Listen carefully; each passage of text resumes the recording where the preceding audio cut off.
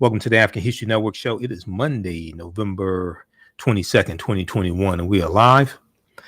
Okay, so today a lot of people were infuriated watching day 11 of the McMichael O'Brien murder trial, and we heard closing arguments today from both the prosecution and two of the defense attorneys. We heard closing arguments, and one of the defense attorneys made reference to Ahmaud Arbery's long, dirty toenails. It was the craziest thing. I'm sitting there watching this, and I'm like, did she just say what I think she just said?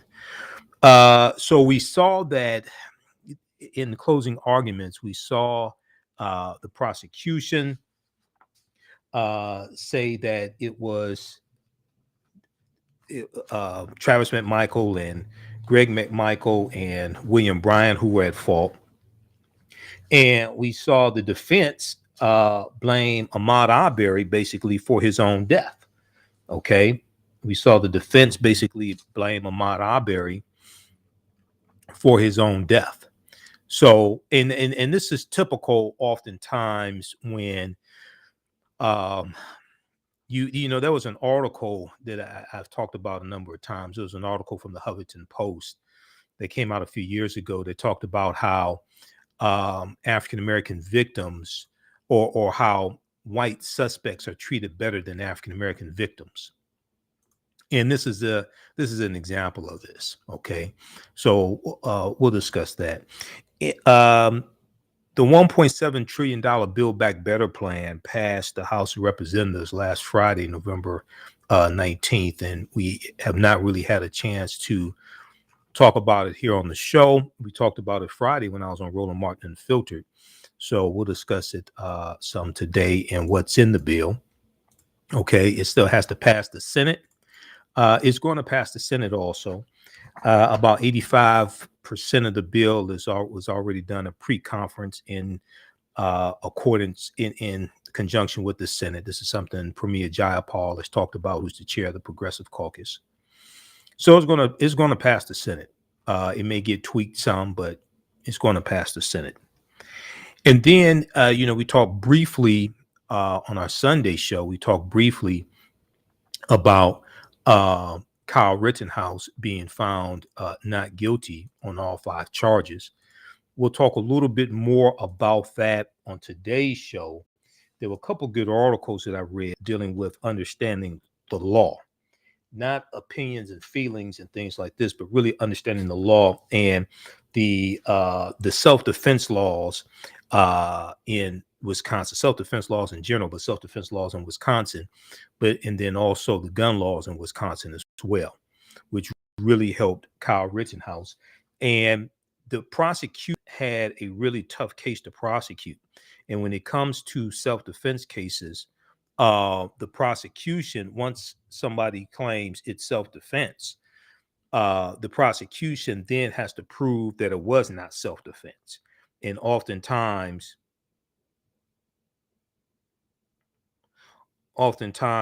that is a hard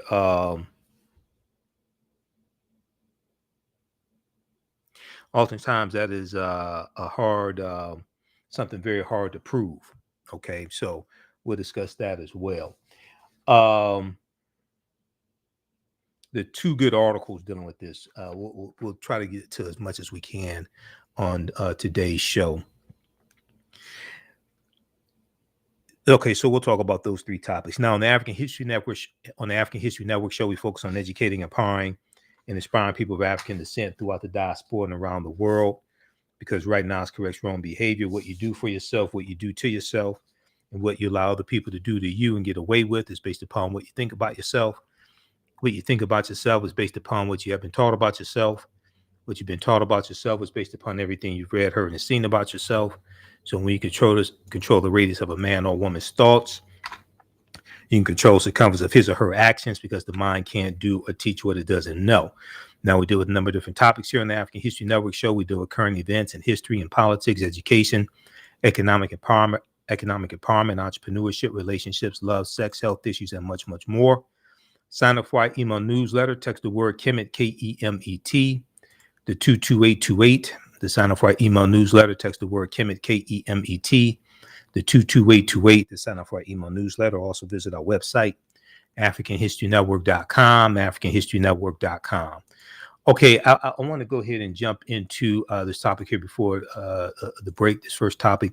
So today in court, we saw that lawyers clashed over whether pursuit of Ahmaud Arbery was justified. All right. Also, Kevin Goff called for another mistrial today because of the Black Panther Party for Self-Defense was outside and they had guns. You know, they legally carry guns, things like this. He made another attempt to call for mistrial. Shakita, we're going to go to clip number 1 here in just a second. Okay, clip number 1 from the Black News Channel. Trial over Arbery killings reaches closing arguments. Lawyers have concluded their statements defending the 3 men charged with murdering Ahmaud Arbery in Brunswick, Georgia.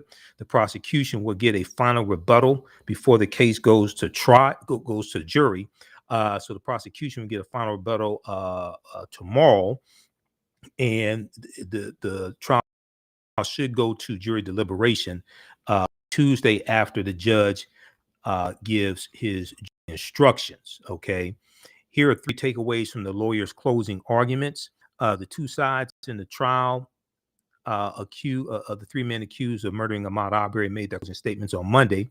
Prosecutors will hold off making their rebuttal to the defense arguments until Tuesday morning, after the jury told the judge that they wanted to go home for the night. The judge also said the jury would be relocated to the interior rooms in the courthouse so they would not hear the chants of demonstrators outside the courthouse. Okay, so here are let me see here. We got to go to read more closing key closing arguments. Prosecutor says there was no justification for attacking Ahmaud Arbery. Linda Dunikowski, in closing arguments today for the prosecution, lead prosecutor, told the jury that all 3 men made assumptions about Ahmaud Arbery and had no justification for chasing him because they had no evidence that he had committed a crime. She said, quote, they made their decision to attack Ahmaud Arbery in their driveways because he was a Black man running down the street. Okay, they made their decision to attack Ahmaud Arbery in their driveways because he was a Black man running down the street. Let's go to clip 1, Shakita, from the Black News Channel.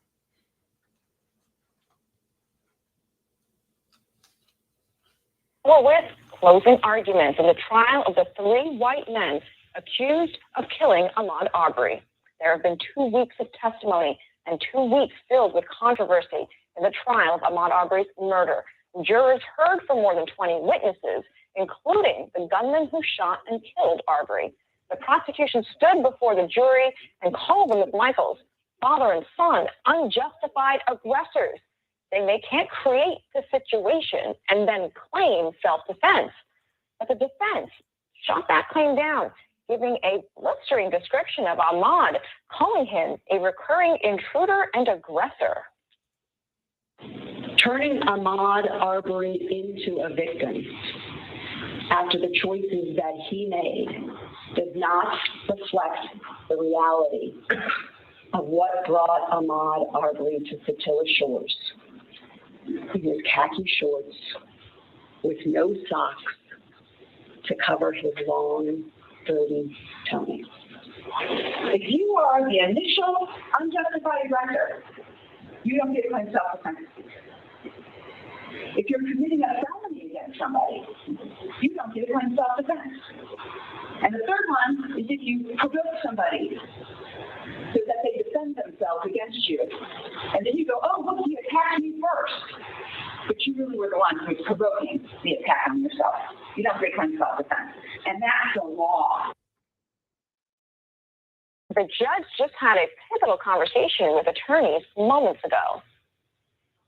Let's bring in BNC correspondent Dre Clark, who has been following this trial daily. And Drake, let's get into that conversation first. Yeah, Kelly and Air, just a moment ago, Judge Walmsley addressed some concerns the attorneys raised about the presence of the Black Panthers being here gathered outside of the Glenn County Courthouse. There was concern that some of the jurors may have heard some of the noise that was happening outside the courthouse, and some have expressed concerns for their safety. So now the attorneys are going to meet and to talk about some measures they can take in place to give the jurors an added sense of comfort. One idea that's been proposed already is the idea of just allowing everyone to gather on the front side of the courthouse and not allow them to circle around, because the concern is eventually this jury will begin deliberations sometime tomorrow, and they do not want them to be distracted or intimidated by the activity that's happening inside. Judge Walmsley also noted in court that when he arrived this morning that he noticed some men standing outside the courthouse with long rifles, and that was also concerning to him as well. And so he is going to do whatever he thinks is necessary to ensure the safety of the jurors and the integrity of the deliberation process. And we should know more about that a little later on this evening. Meanwhile, let's talk about some of what we heard here today in court with the closing statements, beginning with Linda Denakowski, who is the lead prosecutor. You know, she told the jury today that Ahmaud Arbery was under attack on February 23rd, 2020. And it all started simply by him jogging down the street in Satilla Shores. And these three men, Gregory and Travis McMichael, along with William Bryan, making what she called driveway decisions. She said this: but for their actions, their decisions, their choice. Thank you. We're going to break. Stand by. Welcome to you listen to the African History Network show. I'm Michael Imhotep. We'll be back in a few minutes.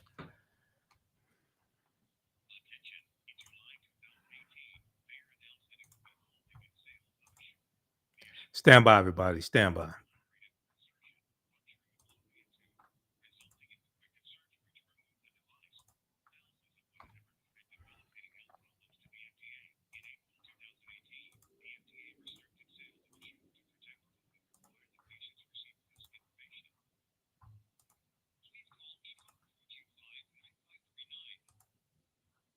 Stand by. Back from break in 4 minutes.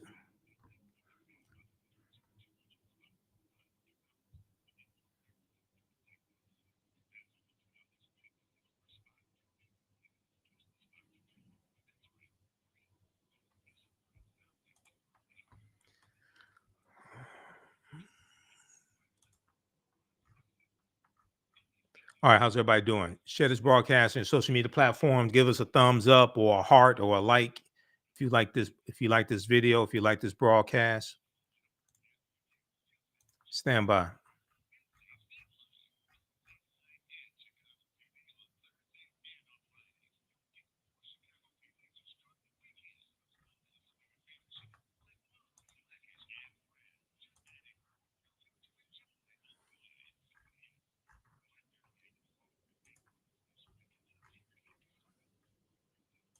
Back from breaking 3 minutes.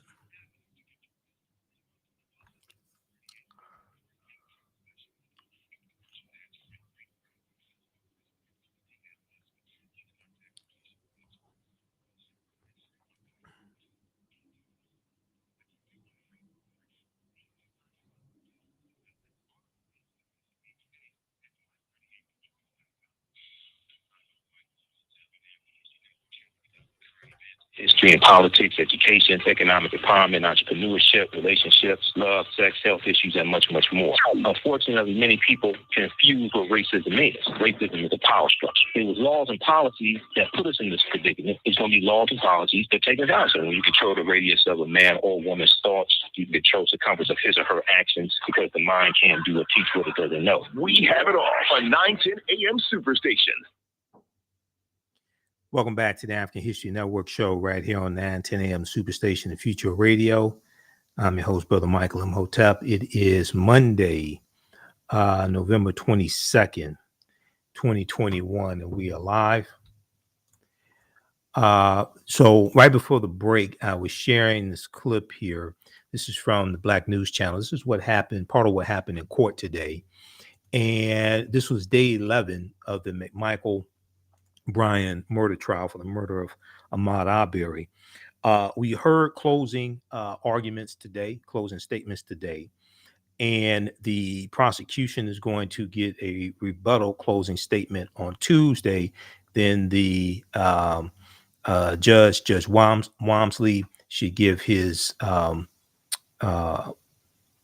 or give his deliberation orders, and then it should go to deliberation. So I want to go back to this clip, back that up like about a minute or so, Shakita. We're going to go back to that here in just a minute. Check out the article from the NBC News today. Prosecutor says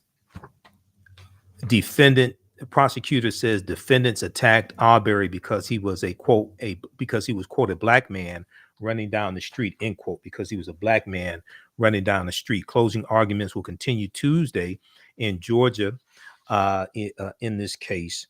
And we heard the very negative, there were a number of negative statements made about Ahmaud Arbery today by the defense. One was from one of the defense attorneys that talked about his long, dirty toenails, like if that has something to do with the reason why he was dead. Just crazy. Okay, that was defense attorney Laura Hogg, H-O-G-U-E, not H-O-G-G, Hogg, but Hogg, H-O-G-U-E. She's a defense attorney for Greg McMichael, the father. Let's go back to this clip, Shakita.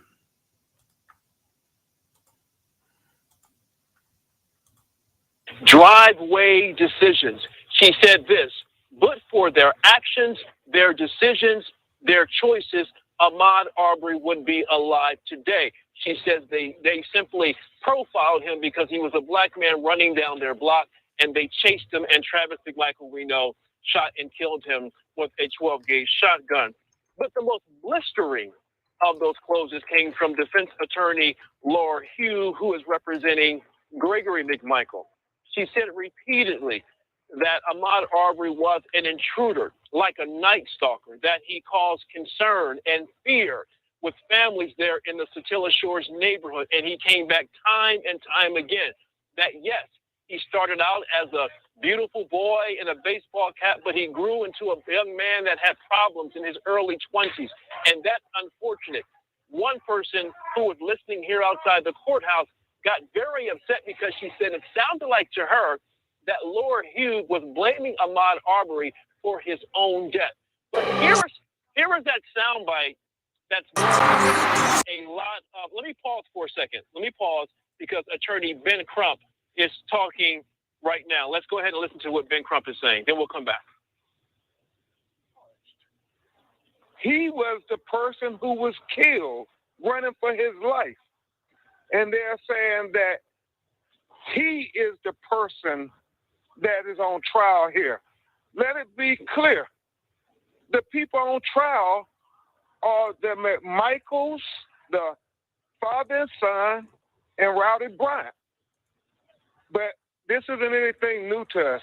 We know about 10 years ago, with Trayvon Martin, they assassinated his character after they assassinated him.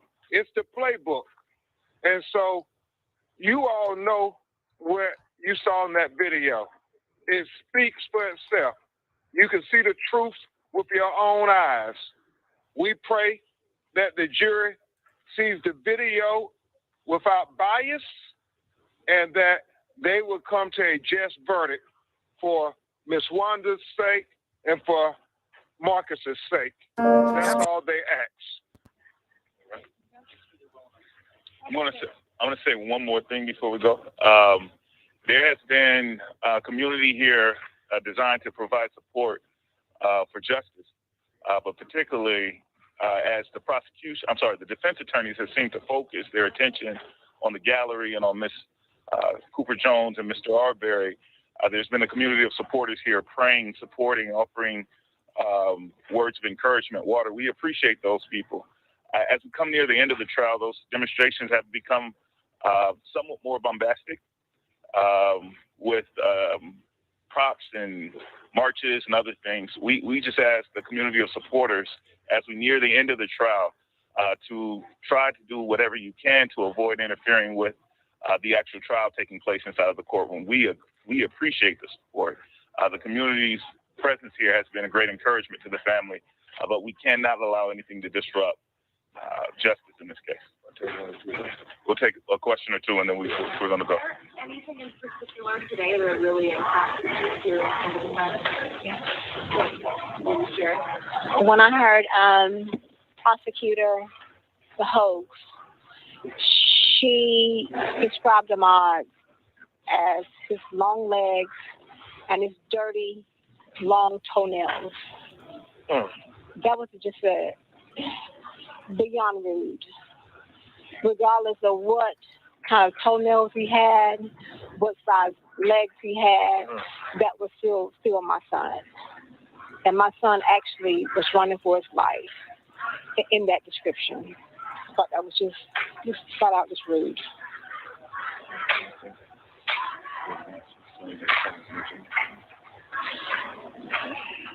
Yeah, the way it's just wrong. The way they just try to characterize him like he was a victim. Talking how he didn't grow up in no poor family. He didn't grow up with nothing. So the way they try to characterize his name and try to make him look like that victim, it's just really hurting to his mom and me, because we already know how he grew up. He grew up with everything he needed, so she can go on with that. We already know what she's doing. They got no defense ground, so she trying anything. They desperate, so we already know that. All we want is justice, justice for Ahmaud. And we're gonna try to keep this thing non-violent, because that's what they want. Yeah. We can't get on their level. We want justice. We want to get justice the honest way. All right. God bless. Thank you. You know, just briefly, Attorney Merritt and Attorney Robinson and us, it was just very fascinating when you heard them try to justify the unjustifiable act. You would think Ahmaud was the only one who went and visited that home. They had dozens of other people who visited that home. Nobody chased them. Nobody said that they burglarized the home. Why is that? Because Ahmaud was black? Is that the justification that they say he burglarized the home? He went and observed just like all the other people. But yet they said it was a crime that Ahmaud committed, and that this was justified to kill him. And that's the suggestion. That's the reasoning. And if that is to be accepted, then everybody who went in that home should be charged with burglary. Come on. If you take their reasoning, and worse, we should be dealing with multiple homicides. But that's not acceptable, because we're better than this America. We're better than this America. We're better than what we saw, how they killed Wanda and Marcus's baby boy. We're better than this America. Coming from Kenosha, Wisconsin, we need to see that we're better than this America. Thank you. Thank you. Thank you.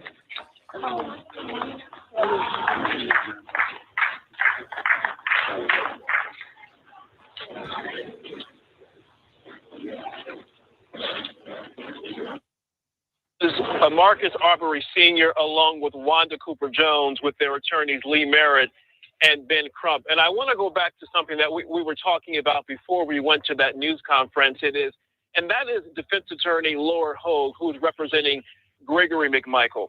And many people considered her words about Ahmaud Arbery inflammatory. The things she said, calling him an intruder. And then you just heard from Wanda Cooper Jones, Ahmaud Arbery's mother, how hurtful she believes Laura Hogue's words were, saying that her son had dirty, long toenails. But here is that soundbite. We were going to talk about this anyway, but you just heard it from Miss Wanda Cooper Jones. But let's go back in time so you can hear exactly what Laura Hope said in reference to Ahmaud Arbery. Take a listen.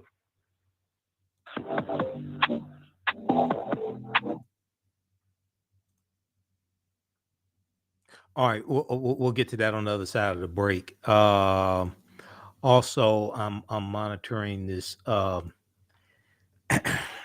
I'm monitoring this breaking news story from ABC News and ABC Channel 7 in New York.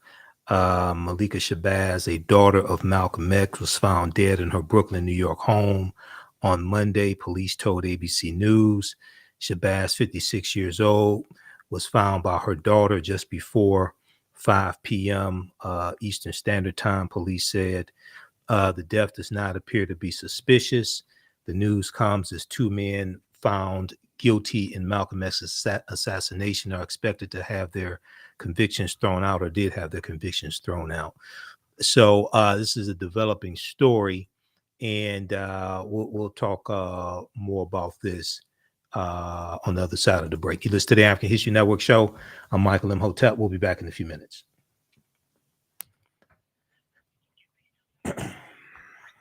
Stand by. Stand by.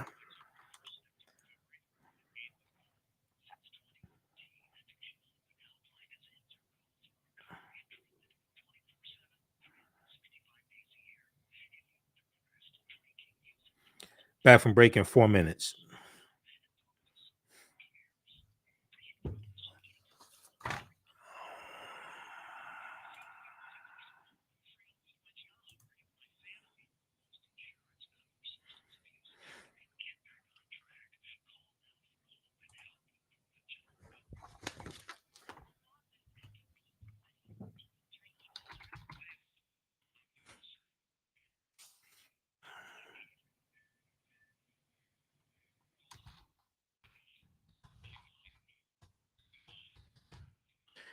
All right, stand by, everybody. If you like this broadcast, give us a thumbs up or a heart.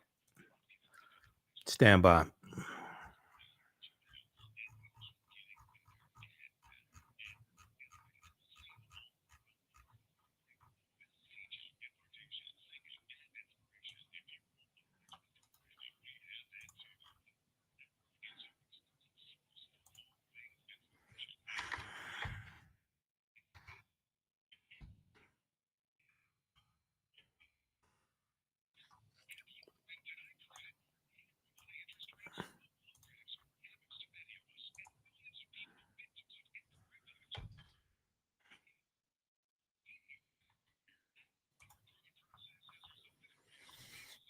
Back from break in 2 minutes.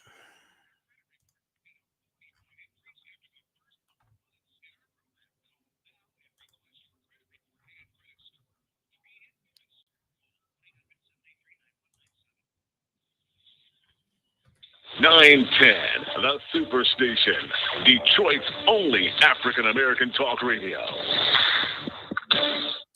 Welcome back to the African History Network show. I'm your host, Brother Michael Imhotep. It is Monday, November 22nd, 2021. We know this is also the anniversary of the assassination of President John F. Kennedy in 1963.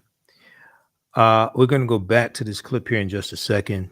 Shakita dealing with day 11 in the McMichael Bryan murder trial and what took place in court today. We heard closing statements.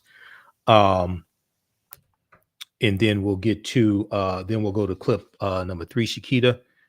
Clip number 2, dealing with the Build Back Better plan from Roland Martin Unfiltered when I was on Roland's show on Friday.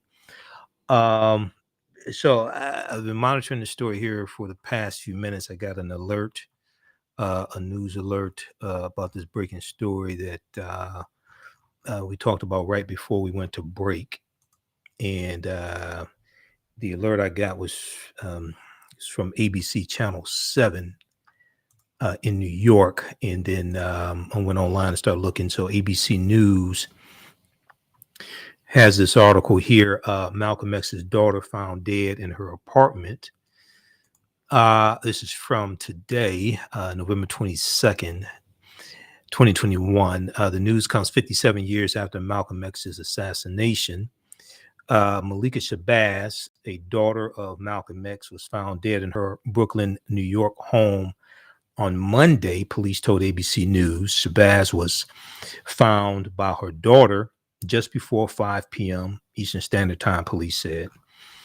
The death does not appear to be suspicious. This is a developing story, so there's not a lot of details right now as I'm seeing. I'm looking at some different sources for this story. So as developments come in, we'll update you throughout the rest of this broadcast and then on tomorrow's show. But this is what happens when you do live radio. I've been doing live radio for 11 years. I've done Nasty Syndicated Radio. I used to guest host Roland Martin's Nasty Syndicated Radio show.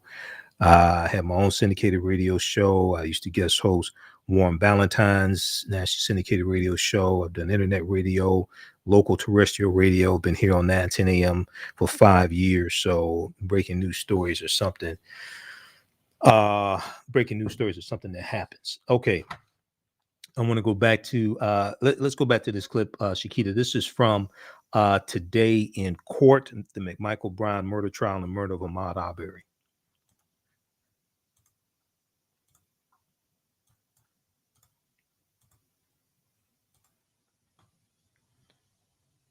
Okay. To our panel, we're joined to good friend Michael Imhotep, go back the host to clip of number the one. the African Clip History number Network one. show. The clip we were playing from trial today. Clip number one.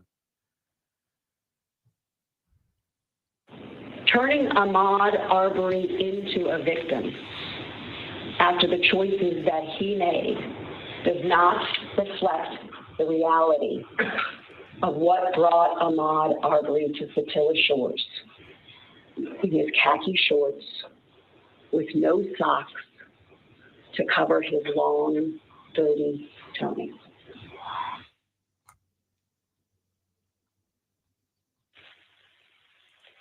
All right, So so that again, was that the was statement Laura that Holt here. Kelly, Kelly, just pause. That's right, go ahead. You pause for a second. Lee Merritt, who is Wanda Cooper Jones's attorney, is here with me. Lee, kind of step close because I don't have a handheld mic, but you can be picked up here on my microphone on my chest here. I want to go back to what you guys just talked about at that news conference. In particular, the comments made by Laura Holt. Yeah. Clearly, Ahmaud's mother was very upset. Were you in the courtroom when she made those statements? And just what were you thinking when she said that? Well, there's certain things that we expect from the defense counsel. You know, we expect them to find a way to criminalize Ahmaud. In order for them to justify the citizen's arrest, they have to make up some sort of defense. But these attacks are personal. They are low. Right now, they were talking. The only reason they had access to Ahmaud's feet was because his body was accessible in the morgue. And in the morgue, they felt like he didn't clean his toenails properly, and they brought it up during the closing. At this point, there should be complaints made to the bar. These attorneys are far outstepping the lines of professionalism. We suspected that they would attack Ahmaud's character going into the trial. It seemed as if they reserved that until the conclusion of the trial. You guys have now been coming inside this courthouse for the last four and a half weeks. It would seem as if the defense knows they have a weak case, so much so that you mentioned last week Kevin Goff approached the prosecution about cutting a deal. That's right.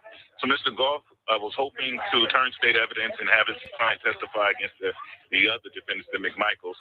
However, the evidence against him is just as compelling against the defendants, and so the state, with Wanda Cooper Jones' consent, decided to reject the plea deal. But yeah, everything that's coming from the defense table smacks desperation at this point. You spoke about the atmosphere outside the courthouse. Today, the Black Panthers showed up, long guns, locked and loaded. There's concern about what the jury can see and hear. The judge even mentioned that he saw some things as he came into the courtroom this morning. How are you going to temper this atmosphere on the outside? Because the concern is the jury could be intimidated and the integrity of the deliberation process could be compromised. Well, we all need to appreciate that this is by design. The defense counsel for Roddy Bryant, Mr. Goff, in fact, invited the Black Panthers here. Personally invited the Black Panther Party. You saw during his closing, he tried one more desperate move, which he stated his actual address on record. And I wouldn't be surprised if we wake up in the morning to a motion that someone appeared at his home address, because he offered it on record. And so the agitation, the growing agitation that you see here, it comes from being provoked by statements being made by Mr. Goff. I am asking the community on behalf of the family of Ahmaud Arbery to temper themselves, to not be so easily baited. To the extent that they are here to support the family, to exercise their First Amendment rights, absolutely do that. But do not cross the line of attempting to influence the jury by chance, by threats, by things that could be seen as intimidation. We certainly want the public to stay away from anything that can be brought into that line of thinking. Does anyone plan to talk to the Black Panthers directly? I certainly will, actually, and I have spoken to the Black Panthers. I don't think the Black Panthers, in and of itself, the Black Panther Party is a progressive self-defense organization. And when Mr. Goff is making statements about bringing more Bubbas up here, more 50-year-old white men, then certainly a self-protection militia group that is exercising their Second Amendment rights, ought to be allowed to exercise their rights like any other citizen. Again, to the extent that their statements or actions appear or are designed to influence the jury, we're asking that people not engage in that kind of activity.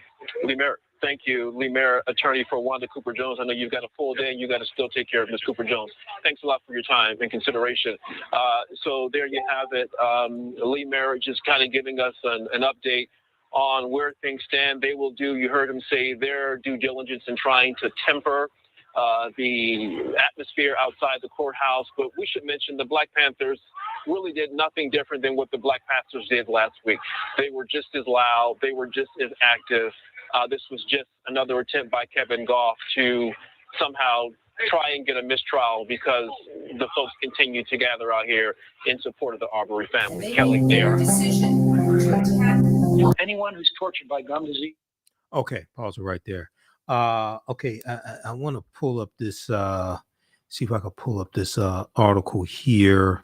I posted about this earlier in the day on my personal page, Michael Imhotep. And let me see, can we close out this video? Okay, so the Black Panther Party for Self-Defense was outside the courthouse as well today. And let me see if they have, okay, this was live updates from ABC News. I read a couple of articles dealing with this. Okay, Brian's attorney, William Bryan's attorney expresses concerns about the Black Panther Party outside courthouse. Okay, this is stuff jumping around.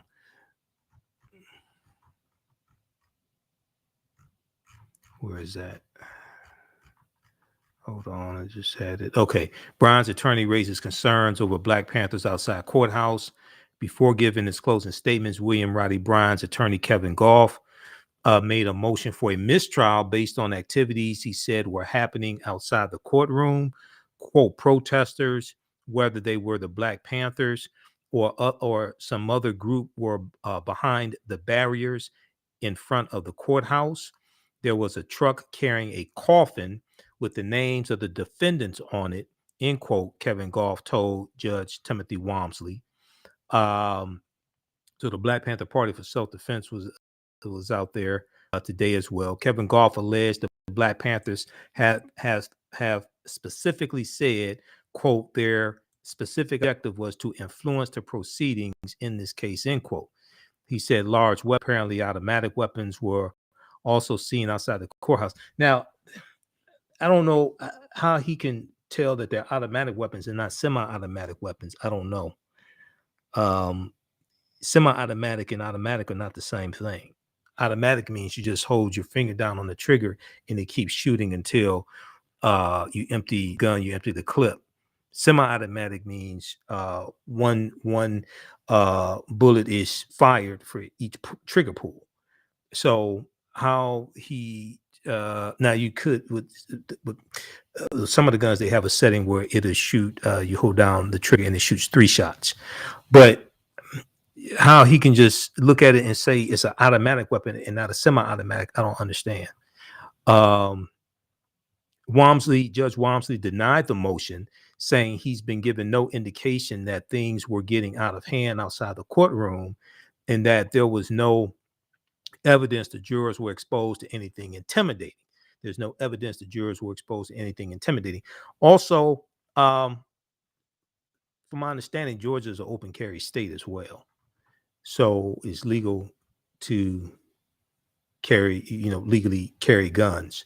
Now you can't use them in an intimidating way. You're not supposed to point them at people. Like apparently they were pointed at Ahmaud Arbery, but Georgia is an open carry state also. Okay, so read the ABC News has updates. Ahmaud Arbery death trial, live updates, jury sent home, state rebuttal set for Tuesday. Okay, so we'll continue our coverage of this and discussion of this on tomorrow's show. And then while we've been on the air, this breaking news story, Malcolm X's daughter found dead in her apartment. This is Malika Shabazz. This happened this evening. Malika Shabazz, the daughter of Malcolm X, was found dead in her Brooklyn, New York home Monday. Police told ABC News she was 56 years old, found by her daughter just before 5 p.m. The death does not appear to be suspicious. We'll give you more updates as they come in. This is a developing story. All right, you listen to the African History Network show. I'm Michael Imhotep. We'll be back in a few minutes. When we come back, we'll talk about the Build Back Better plan.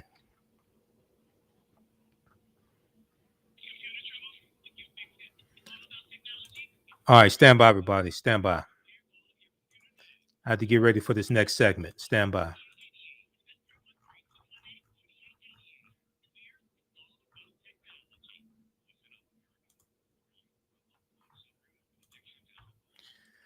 All right, if you'd like this type of information, you can support the African History Network. Also, $, the AHN show through Cash App. $, the AHN show through Cash App. Also through PayPal, paypal.me/the AHN show. And you can still register for the online courses I teach on Saturdays and Sundays.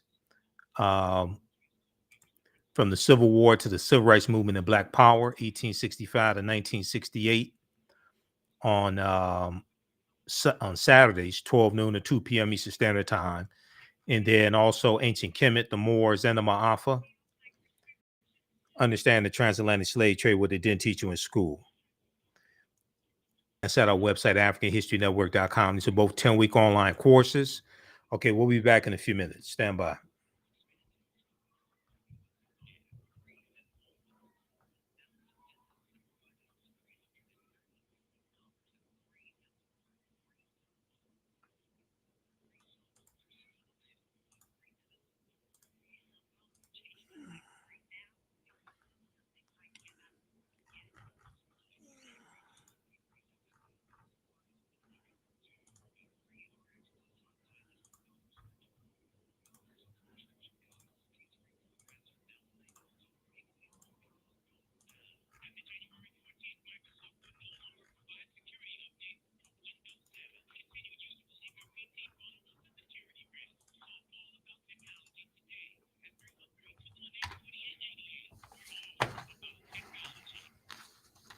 Welcome back to the African History Network show right here on 910 on the Superstation, Future Radio. I'm your host, Brother Michael Imhotep. It is Monday, November 22nd, 2021, and we are live.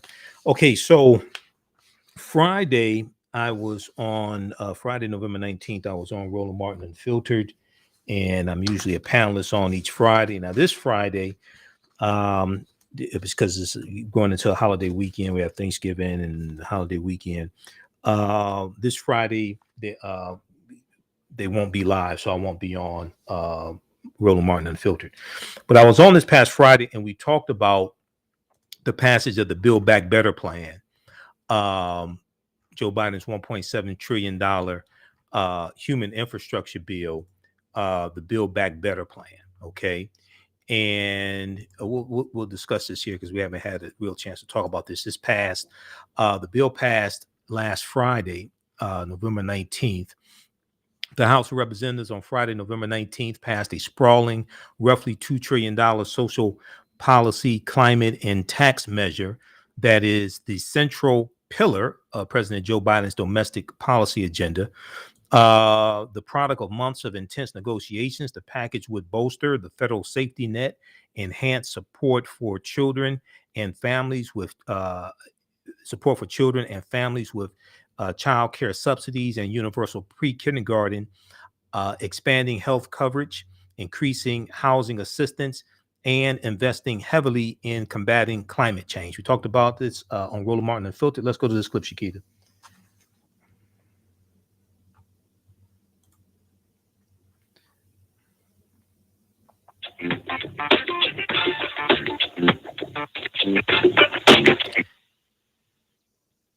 It should queue up at 19 minutes and 55 seconds. Okay, we'll go to that. Absolutely. Thank you so much for your time.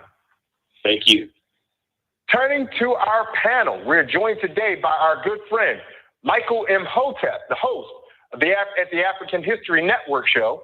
We're joined by Candace Kelly, a legal analyst, and by Kelly Bethea, JD. Let me make sure we give her all of her credit and all of her flowers, a professional communications strategist. Thank you all for joining us. The Build Back Better is clearly right here. And I want to start with you, Kelly.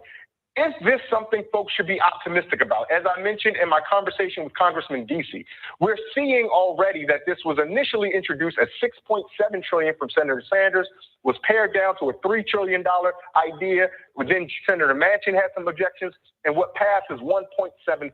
We are not going to poo-poo on the fact that this will affect people's lives, but didn't that diminish some of the effect that it could have on the pool of Americans? Kelly, what do you think?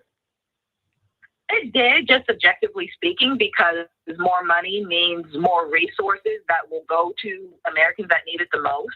But, you know, 1.9 trillion is still nothing to sneeze at. This is still a substantial bill. Pair that with the infrastructure bill that just passed on Monday. I think we can really make some headway for Americans and making sure that the Build Back Better plan that Biden has envisioned will actually come to fruition in the way, or at least close to the way that he envisioned. But at this state, frankly, I'm tired seeing year after year us scrambling to find money, scrambling to reconcile the budget. This bill is already paid for. So that was a real big selling point for me in terms of when I was looking it up and researching it and the like, the fact that it's not necessarily going to add to the debt that America already owes. It's already paid for, and the programs, meaning it's already paid for. The plans in the bill should be able to roll out expeditiously as opposed to having to wait for things to happen. But at this rate, you know, and I joke with friends about this, currently the United States is really like in a welfare state that can afford a Gucci belt. It's like you can afford the belt itself, but you can't sustain the lifestyle. And bills like this help us afford the lifestyle. So kudos to Congress in getting at least this much passed so we can literally build back better. Michael, Kelly talked about the idea that we continually find ourselves fighting for scraps. Meanwhile, quietly, a broad consensus passed a $7 trillion defense appropriation spending, and there was not any types of fighting for scraps there. How should you advise viewers and listeners to reconcile this challenge of there being enough money for defense quite regularly, but not always enough money for human capital, literal physical capital? How do you advise viewers or listeners to square that circle? Well, that happens every year, the National Defense Authorization Act. I mean, that happens every year. Here we see this is monumental, this Build Back Better plan, this bill that's about roughly $2 trillion. Now, it's important for people to understand this is now it still has to pass the Senate. It may be scaled back a little in the Senate and then goes back to the House. But when this passes, this will be the third major bill this year that Democrats have passed. The first one was the $1.9 trillion American Rescue Plan in March of this year that a lot of people really don't talk about. Then you just had the infrastructure bill that just passed a couple of weeks ago, signed into law. Just signed into law this past Monday, $1.2 trillion. Then you have this one here. So, and this is over 10 years. But what I think is going to happen is that after 2 or 4 years or so, different parts of this, it will extend for an additional 2 or 4 years, what have you. And there's some parts of this that you don't have to extend. So I think this is an example of what happens. This is an example of how elections have consequences. This is a monumental bill here. $270 billion for affordable child care, an extension of the child tax credit, which was in the American Rescue Plan that no Republicans in the House or Senate voted for, and has cut childhood poverty in half. They extended that. You got $110 billion for universal pre-K. So in politics, oftentimes with a lot of these bills, you don't get everything that you want, but you keep fighting. And you protect the gains that you make, and you keep fighting, and you keep passing good policy like this. But you got to have the right people in office to even fight for bills like this and write bills like this. And once again, you had it up on the board, 220 to 213. All the Republicans in the House of Representatives voted against the bill, even though it's going to help people in their districts that voted to put them in office in the first place. Yeah, that's a great point. And even the one Democrat who voted against it did not say he voted against it because he disagreed with some of the tenets. He actually wanted it to go further and thought that his vote would be useful protest to help bring them back to the table to extend. Candace, let me invite you in on this conversation. We've done a lot around the question of politics, but around the question of policy. How can everyday Americans, middle and lower class Americans particularly, how can they expect to see some of the fruits of the benefits of this Build Back Better second iteration of this bill? Well, listen, first of all, we need to hold the president accountable in terms of doing the job that he needs to do now, which that is work on the House right now, work on the Senate rather. He's got to work hard for those votes. He needs Kamala's vote. He needs everybody's vote that he's supposed to get, because the tenets of this bill is not something that people object to. It just really is the politics of it all. And that's what we're dealing with. We're dealing with the politics of it all. The other thing is that, when we look at the marketing of this bill, we're looking at something that just wasn't marketed in the right way. And that's what they need to work on in terms of getting it through the Senate. But to answer your question, in terms of how people get a piece of this, listen, people have to be informed. A lot of reasons why people don't get what is due to them is because they just don't know the information. They don't know about, information about how to pay their school loans off a little better. They don't know about the programs in affordable housing. They don't. Okay, we're out of time here. Those watching on Facebook and YouTube, keep watching for a few more minutes. We'll keep going. If you like this type of information, also, you can support the African History Network, $ the AHN Show through Cash App, $ the AHN Show through Cash App, and also through PayPal, paypal.me/the AHN Show. We're here 6 days a week, so this helps us keep doing the research, stay on the air, keep broadcasting. Visit our website, AfricanHistoryNetwork.com, AfricanHistoryNetwork.com. Right now, it's correct wrong behavior. It's not over till we win. Wakanda forever. We'll talk to you tomorrow. Peace. Okay, stand by.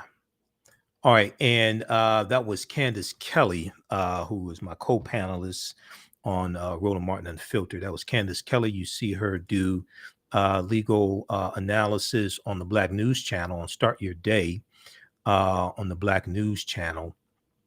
And sometimes she's a panelist on Roland Martin Unfiltered. They keep her busy with the Black News Channel, and she gets paid too. So I'm not mad at her. I'm not mad at her, but she did she did a really good job with our Kelly trial, and she's doing a really good job of legal analysis with the McMichael Bryan murder trial also. All right. And Ray Baker was sitting in for Roland Martin on Friday. Roland was on the road doing interviews. So my frat brother Ray Baker, Roland had 2 Sigmas on the show on Friday. Professor Ray Baker from Townsend University, guest hosted for Roland Martin. Okay, I want to go. Let's see here. There was, if we look at this article here quickly, and there was another one I was trying to pull up here. What's in the $2.2 trillion social policy and climate bill? The package includes $400 billion to bolster support for children and families, $555 billion for climate change programs, and $166 billion in house aid. There's also some money for African American farmers. We're going to, April Ryan wrote a piece for thegrio.com dealing with this. We'll try to talk about that on tomorrow's show. And then I want to make my way back around to the bill that Representative James Clyburn introduced last week dealing with African American GIs and their descendants who were discriminated against, taking full advantage of the GI Bill, after World War II. This bill includes an estimated $100 billion in funding for child care expansion and subsidies over the first 3 years and similar spending levels for the duration of the program. The proposal is designed to ensure that the vast majority of families, those with 4-person households, earn up to $300,000 a year, spend no more than 7% of their income on child care, spend no more than 7% of their income on child care. Families that earn under 75% of the state's median income would pay nothing. The federal government will provide at least $18 billion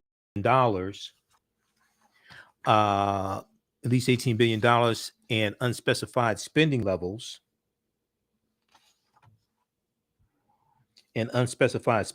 for the duration of the program to fund state programs that provide preschool programs for all 3 and 4-year-olds. For the first 3 years, it would cover 100% of a state's universal preschool expenditures, and in subsequent years would pay a percentage, 90% in year 4, 75% in year 5, and 60% in year 6. In conjunction with states, the preschool spending also reserves $2.5 billion annually to increase the pay of staff in Head Start programs. The preschool spending also reserves $2.5 billion annually to increase the pay of staff in Head Start programs. The legislation would extend for a year the expansion of the child tax credit, included in the $1.9 trillion pandemic aid law, the American Rescue Plan, that no Republicans in the House or the Senate voted for in March of 2021. Only Democrats voted for that bill, enacted earlier this year. So this is basically the child tax credit that was in the American Rescue Plan, has basically cut childhood poverty in half. This Build Back Better plan extends those credits for another year. That provides monthly payments to about 35 million families, so that the child tax credit provides monthly payments to about 35 million families, giving $300 per child under the age of 6 per month and $250 per child between ages 6 and 17. The bill will also create a new federal program to cover 4 weeks of paid family and medical leave, but that provision is likely to be dropped in the Senate, where it faces opposition from Senator Joe Manchin of West Virginia, a crucial Democratic swing vote. Now, Joe Manchin was on Morning Joe about 2 weeks ago. He was interviewed for about a half hour. You can go to msnbc.com and you can watch the entire interview. Joe Manchin said he's not against paid family leave. He's against it in this bill because this bill is going to pass through the budget reconciliation process in the Senate. He said he thinks paid family leave should be a standalone bill, and you can probably get some Republican support to actually get the bill passed with 60 votes. So Manchin is not against. He said he's not. There was an in-depth interview with Manchin. He said he's not against paid family leave. He's against this in this bill. Okay, my thing is just get it passed. If you got to do a standalone bill to get it passed, well, do a standalone bill, get it passed. This graphic here, courtesy of MSNBC, and there was an article from the Washington Post I'm trying to find. It was in their 5-minute fix. I have to go on my emails and find this because it has a graphic here that gives a breakdown of what's in the Build Back Better plan. But you see $150 billion for housing and community-based services, we look at this graphic here. ACA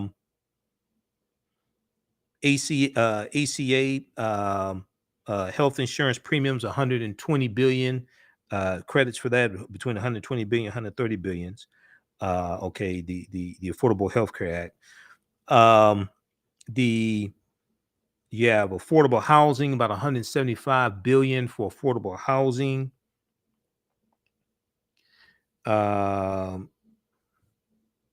Raise state and local tax deduction cap, 275 billion for that approximately. Paid family and medical leave, it's about 200 billion for that. Affordable child care, about 270 billion for affordable child care. Clean energy and climate resilience, about 235 billion. Climate related tax breaks, 325 billion. Immigration reform, 110 billion. Then there's another category for other, 260 billion. There's some okay, I'm looking at the piece from the Washington Post here. The one from this article here from New York Times gives a more in-depth breakdown. There is funding for African-American farmers that I have to look at again. We'll look at that on, we'll try to squeeze that in for tomorrow's show. Climate, let me see. Bill will provide 55 billion to promote climate-friendly farming and forestry and research programs. So this article here from New York Times gives a more in-depth breakdown.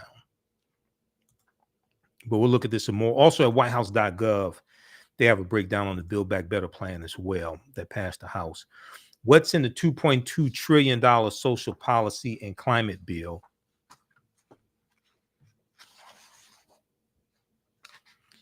So they break it down by new support for children and families, a major investment in climate change programs,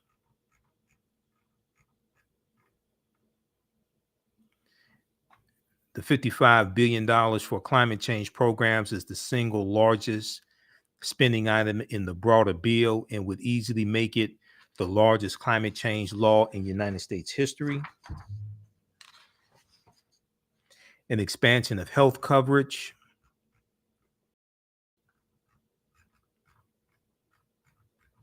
Expansion of health coverage. The legislation would patch numerous holes in the Affordable Care Act, the ACA Affordable Care Act, bringing the nation closer to the Democrats' goal of universal health coverage.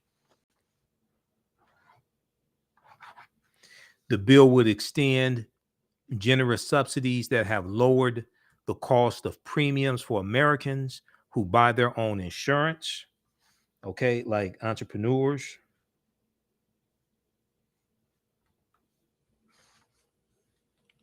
It would permanently extend a program that ensures millions of children from low-income families and would guarantee a year of Medicaid coverage for eligible women in the year after they have a child.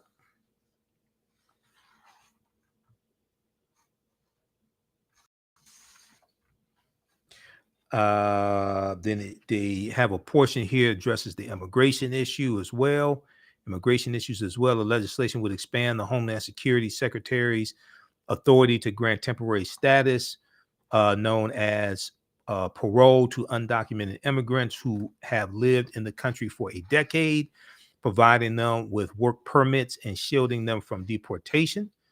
The work permits would last 5 years and then would need to be renewed. The work programs will last 5 years and need to be renewed. The proposal would include most undocumented immigrants who have lived continuously in the United States since before January 1st, 2001, and could help between 7 million and 8 million people. But significantly, the proposal does not create a new pathway to citizenship after such plans were disqualified under Senate rules, because they try to get that put into the bill in the Senate and pass it through the budget reconciliation process, and the Senate parliamentarian said it did not qualify for the budget reconciliation process. The current bill essentially codifies an enhanced version of the Deferred Action Childhood Arrivals, enhanced version of the Deferred Action for Childhood Arrivals, or DACA program introduced by President Barack Obama in 2012, because Congress had not passed immigration reform. So President Obama did it through executive order, and it was supposed to be temporary while Congress passed immigration reform. Next, investing in affordable housing. The measure includes the single largest investment in affordable housing in history, according to the Biden administration. It will provide $166 billion in housing aid, which includes building or preserving more than 1 million affordable homes and offering rental and down payment assistance.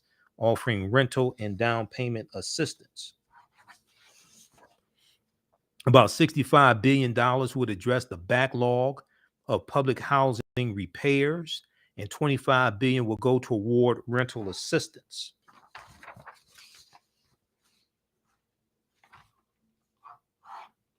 Mostly through the form of housing vouchers.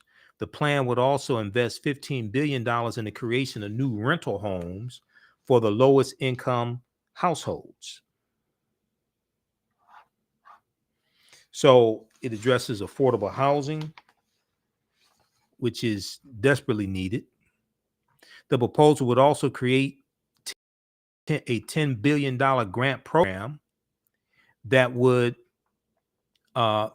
support access to affordable housing and improve mobility for low-income riders and residents of disadvantaged communities. Now, there's going to be a lot of contracts going out, so we should be focused on how we get some of these contracts, and working with our members of the House of Representatives and working with African American chambers of commerce to position ourselves to get contracts. But you have to be an authorized vendor of the federal government to be able to bid on government contracts. And then state contracts are going to be coming. You have to be an authorized vendor of the state that you're in, state of Michigan, state of Ohio, to be able to bid on state contracts. I know because I managed the African American company, and we had contracts with the state of Michigan, and I had to take us through the process to become an authorized vendor for the state of Michigan so we could get the contract.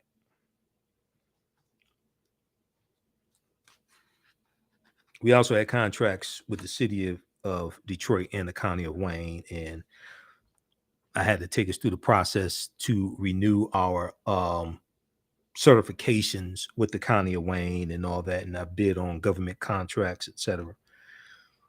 So I'm not talking about theory. I'm talking about things I've done. Taxing corporations and the wealthy. The bill raises the cap on how much residents, particularly in high tax states like New York, California, and New Jersey, can deduct in state and local taxes,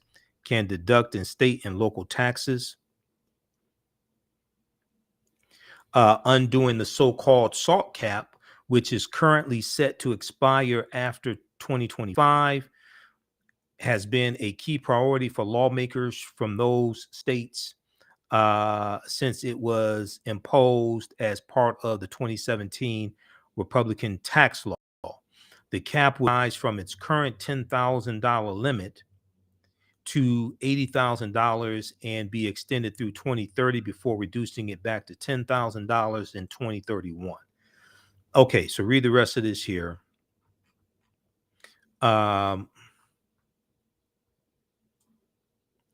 This is from the New York Times. What's in the $2.2 trillion social policy and climate bill? The packages include $400 billion to bolster support for children and families, $555 billion for climate change programs, and $166 billion in housing aid. Okay. No Republicans in the House of Representatives voted for this bill. This bill passed 220 to 213 in the House of Representatives. No Republicans voted for the bill. Just in case people are confused, No Republicans voted for the bill. So I know you're going to have Republicans in the 2022 midterm elections talking about why African Americans should vote for them. Okay. None of y'all voted. Okay. Go to Congress.gov. Go to Congress.gov. All these bills people keep talking about: George Floyd Justice and Policing Act, John Lewis Voting Rights Act, Freedom to Vote Act, For the People Act. Go to Congress.gov. Look at these bills and look and see how Republicans voted for the bills. Overwhelmingly, Republicans voted against the bills. So when they come to me running that game, talking about why we should vote for them, what I'm going to do is take them to the tell of the tape, and I'm going to go through these bills and say, okay, the George Floyd Justice and Policing Act passed March 3rd, 2021, and the House of Representatives by a vote of 220 to 212. No Republicans voted for the bill, so why the hell should we vote for you all? The American Rescue Plan, what was that, about 220 to 212, March 3rd, March 6, 2021. No Republicans in the House or the Senate voted for the bill. That bill had $46.5 billion in rental assistance for renters and landlords. Okay, cut child poverty in half with the earned tax child credit. There's money in the bill that went to HBCUs. HBCUs are using that money to pay off student debt. There was another round of PPP loans for small businesses. Okay, no Republicans in the House or the Senate voted for the bill. You have stories about African Americans taking the money that they got in from the stimulus checks that was in that bill and starting businesses. So why should you have to? The Republicans have to explain to us, based upon your policies that you're offering, why we should vote for you when you keep voting against bills that are beneficial to us. Then we look at over 400 bills in state legislatures across the country, 49 state legislatures pushed by Republicans to suppress the African American vote and Latino votes, things like this, based upon the big lie. And then you look at the John Lewis Voting Rights Act that passed the House of Representatives by vote, was it 219 to 211? The John Lewis Voting Rights Act, it was like 219 to 211 in August 2021. No Republicans voted for the bill. Then the Freedom to Vote Act in the Senate that Senator Joe Manchin wrote, and Senator Raphael Warnock of Georgia. Senator Joe Manchin said he gets 10 Republicans to vote for the bill. Only one voted for it, which was Senator Lisa Murkowski from Alaska. And that was a procedural vote to move to a debate on the Senate floor for the For the People Act. 49 Republicans voted against the bill. The Freedom to Vote, the Freedom to Vote Act. I'm sorry, that was the Freedom to Vote Act, I think, was Freedom to Vote Act is Joe Manchin's bill. Yeah, the Freedom to Vote Act is Joe Manchin's bill. The For the People Act, the Republicans didn't vote for that one. Joe Manchin didn't even support that. The Freedom to Vote Act is Joe Manchin's bill that he came back with. And let me see something here.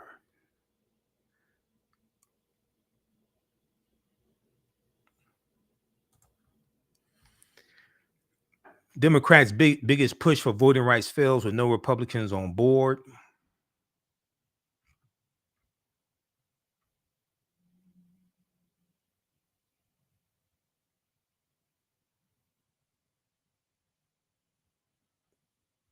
Well, you just said that was Joe Manchin's bill, the Freedom to Vote Act, and only Lisa Murkowski voted for that one.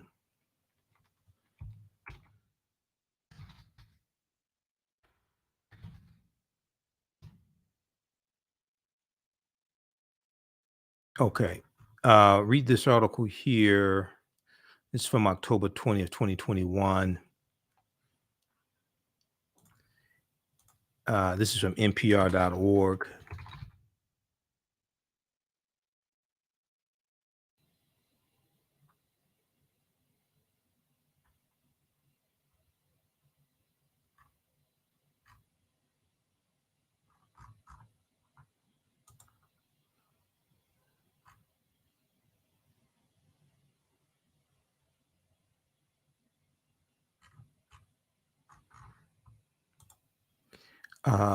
This one here, let's see.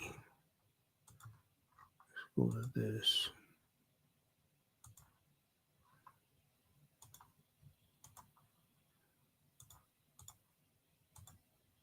Democrats' biggest push for voting rights fails with no Republicans on board. The procedural vote to move forward with the Freedom to Vote Act failed despite Democrats' effort to craft a compromise bill led in part by Senator Joe Manchin. The West Virginia Democrat had hoped to get enough GOP votes to overcome a filibuster, but in the end, no Republicans voted to advance the legislation. This was the Freedom to Vote Act.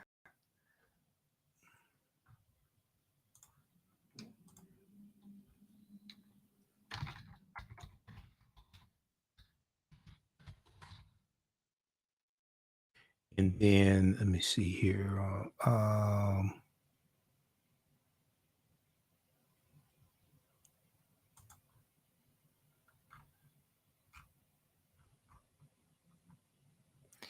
And then in early November,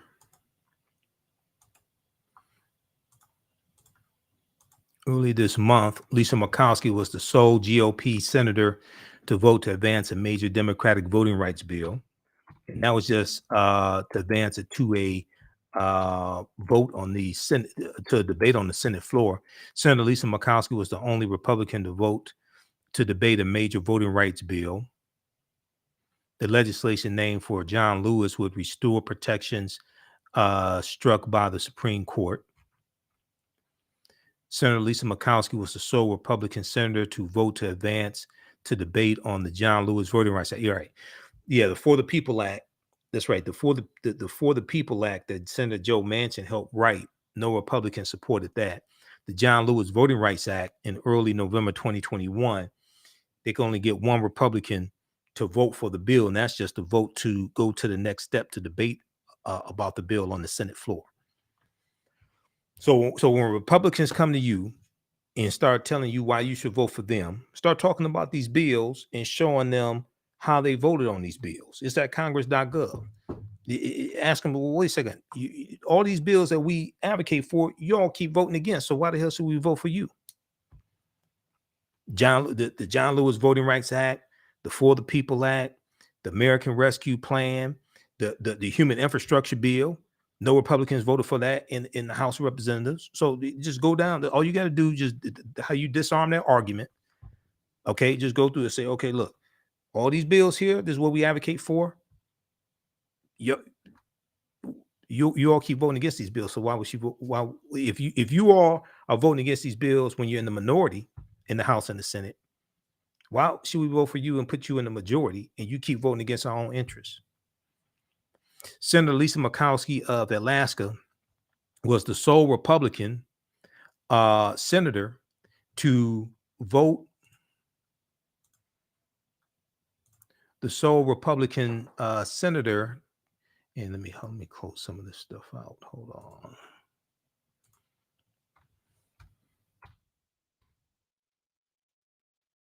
He was the sole Republican senator to vote to advance debate on the John Lewis Voting Rights Act, a major item of voting rights legislation that would have restored key provisions of the Voting Rights Act of 1965, struck down by the Supreme Court in 2013 Supreme Court case of Shelby County versus Holder. House Democrats passed their version of the bill, H.R. 4, in August of 2021, the John Lewis Voting Rights Act, H.R. 4, with no GOP votes. And Senator Lisa Murkowski announced she would support a substitute amendment to the Senate version's Senate Bill 4 after negotiations with key Democratic senators who drafted the legislation. So Reed, all you got to do is just take the Republicans that come to you talking about, oh, you should vote for us. All the, we're for economics and all this BS, right? Just take them, write down the bills, 1, 2, 3, 4, 5. Just go to congress.gov.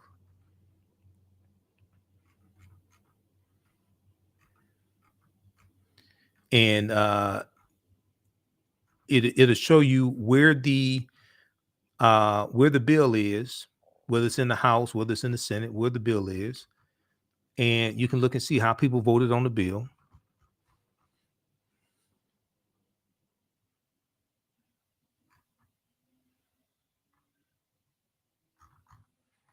And let me look at something here. All actions.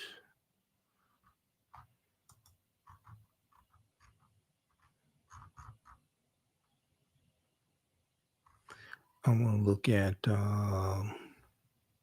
okay, but that's at congress.gov. You can track bills at congress.gov. Just type in the name of the bill. HR 1 is just typing For the People Act of 2021, what have you. It tells you which Congress is in. We're in the 117th Congress. They were sworn in January 3rd, 2021, the 117th Congress.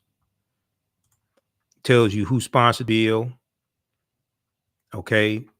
The committees that the bill has gone through.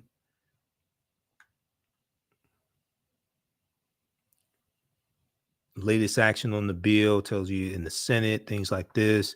The bill passed the House of Representatives. This is the For the People Act of 2021. It passed the House of Representatives, tells you right here. So you can track the bills.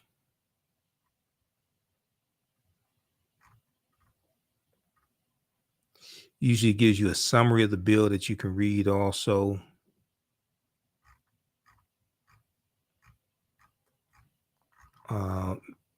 You can read the actual bill, but it usually gives you a summary of the bill. And then I'm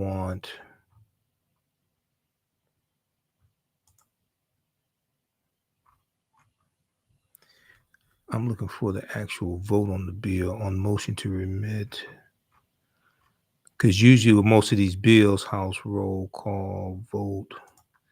Usually with most of these bills, you can look and see how people voted on it. House of Representatives.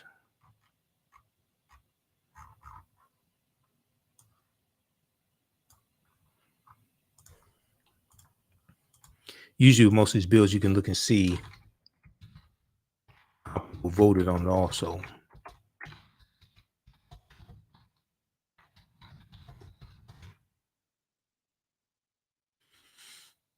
Okay, George Floyd Justice and Policing Act, 117th Congress.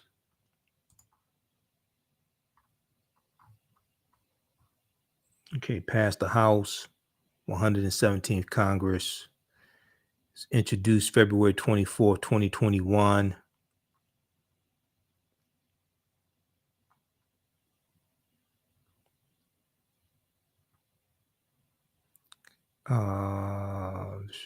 Congressional Record Daily Edition.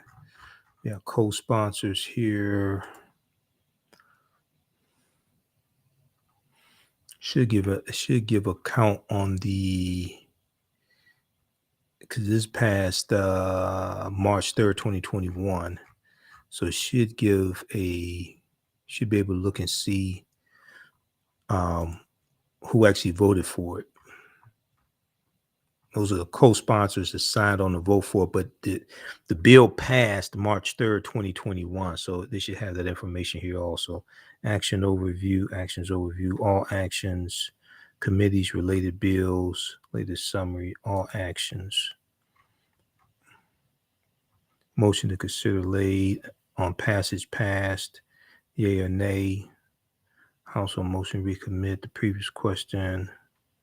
Debate rules. Consider rules.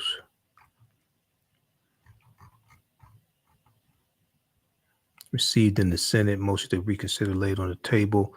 On passage, passed by yeas, nays, 220 to 212. Okay, so the bill passed 220 to 212, March 3rd, 2021, like I said. Roll call.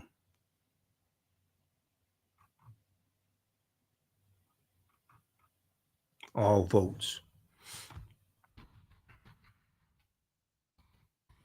All right, so here we go. In the 17th Congress, first session, yeas 220, nays 212. Name of the bill, George Floyd Justice and Policing Act of 2021. Wait a second. I'm on the next page. We have to go over to the next page. It's not following me. Over to the next page. Right here. I clicked on a link and it took me to the next page. Okay, so this is the bill. This bill passed the House of Representatives March 3rd, 2021 in the 117th Congress. George Floyd Justice and Policing Act 2021. The yeas were 220, the nays were 212. Okay, this is at congress.gov, and then it took me to clerk.house.gov. House.gov is the official website of the House of Representatives. You can read the bills there, and they have the bills from the Senate also.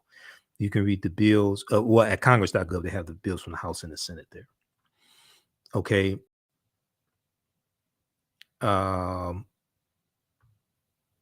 219 Democrats voted for the bill. 2 voted against the bill.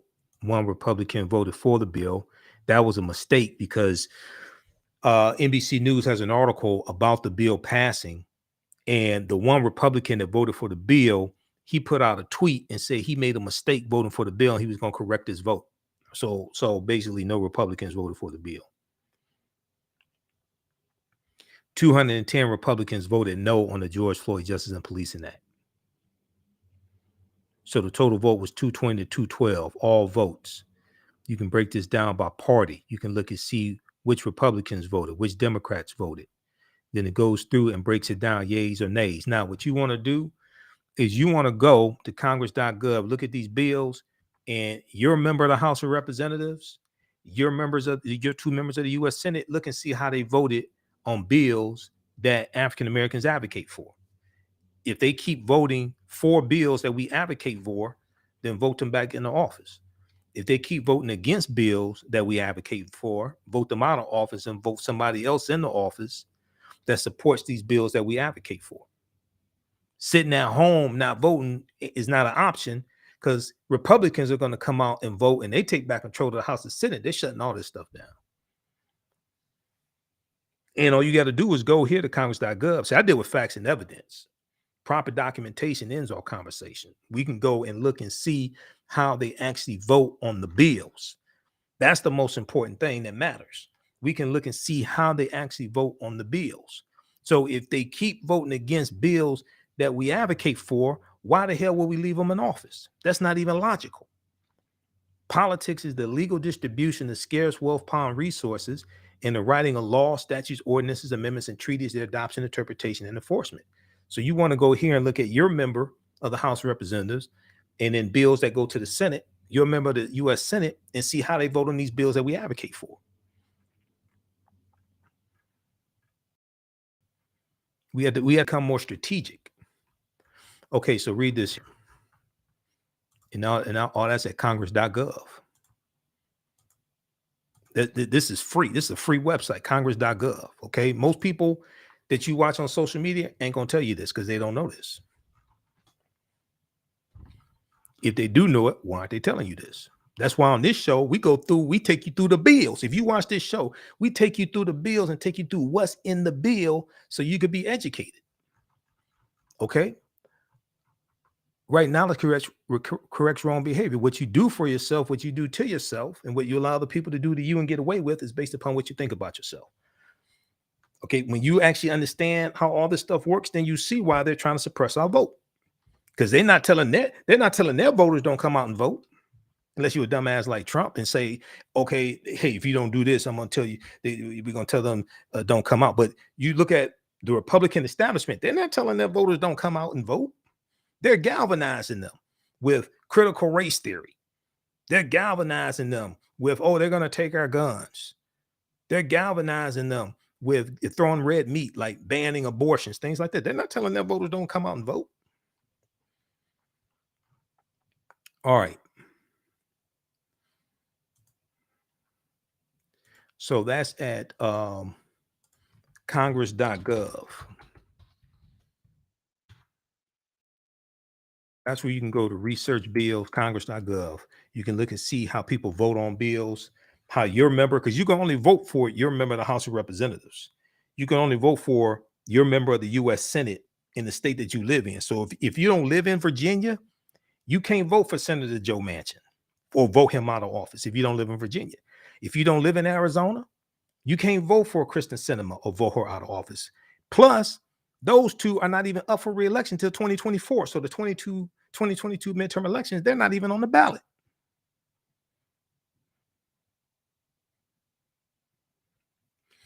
But all 435 members of the House of Representatives are up because those are 2-year terms. And you're going to have a lot of members in the Senate that are up for re-election in 2022. All right. Okay, let me play this last clip now. I really got to get out of here because I have commercials to record. I have a lot of work to do. So, Kyle Rittenhouse, they've been doing a lot of research on this. Unfortunately, a lot of information floating around on social media really is not accurate. It's not really dealing with law. This is an article that we'll talk about tomorrow because we're out of time here. I'm going to play this clip because this is a legal analysis. This is from MSNBC. Now, Joe Scarborough got into a little hot water because he was on Morning Joe, I think it was this morning, misstating one of Kyle Rittenhouse's defense attorneys called out MSNBC and CNN for misstating facts in the case. And as I've said in when Amber Geiger killed Botham Jean, and with any of these cases that I've been doing, covering for the past 11 years, I've been doing radio, we can't make up stuff. We have to deal with the facts of the case. We may disagree with verdicts, may disagree with what happened, but we can't make stuff up. So I want to go to this clip here. How did lawyers for Kyle Rittenhouse effectively argue for self-defense? This is NBC legal analyst Tali Faridian Weinstein and Georgetown law professor Paul Butler. And one of the things they talk about is the Wisconsin gun laws. You have to understand the Wisconsin gun laws and Wisconsin self-defense laws. Okay. So it's not the gun law. So gun laws, first of all, self-defense laws vary from state to state. And if we look at this very quickly here, we look at this piece from the New York Times. When it comes to self-defense, the burden is often on the prosecution, okay, which is a crucial article which separates from a lot of this BS floating around on social media. Once again, it's not dealing with understanding law or anything like that. It's just, I don't know what they're doing, but it's not dealing with something that's factual. Where is that article here?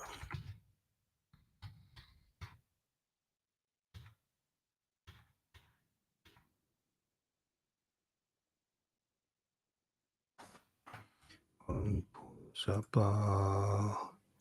We had this up before.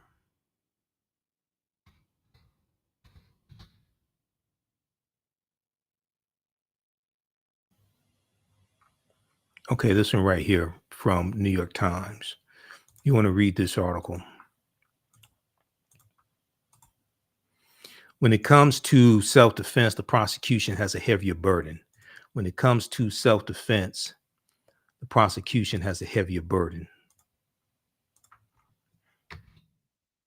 And it one of the things it does is breaks down the Wisconsin gun law.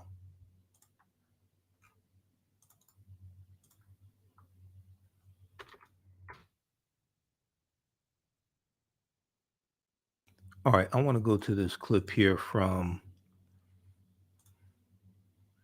NBC News. Let's see. Where is that? Okay.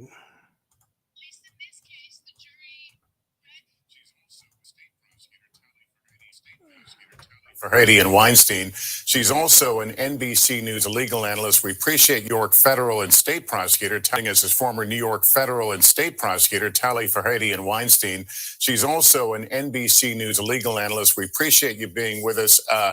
First, if you can address the whole issue of self-defense, is that often successful, or as it was in this case? It is not often successful the way it was in this case, but Lester, it's important to note that Wisconsin's self-defense law is pretty much standard in putting the burden on the prosecution to disprove self-defense. And that's the theory that the jury clearly bought here. The prosecution was criticized at times from many onlookers for the way it conducted the case. When we look at this case, are we going to look at the performance of the prosecution, or just did the facts simply not make a case that argued against what Rittenhouse was saying?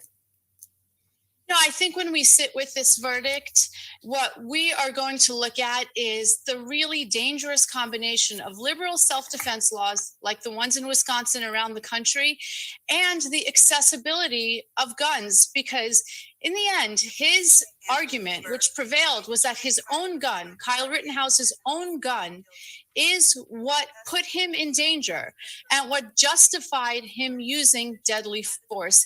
If he had not had that gun in his hand, then he would not have been in a position to invoke this self-defense theory. And I think we're going to be sitting with that toxic combination of self-defense and the proliferation of guns for a really long time. The prosecution had made the argument in their closing arguments that you can't provoke something and then claim it was self-defense.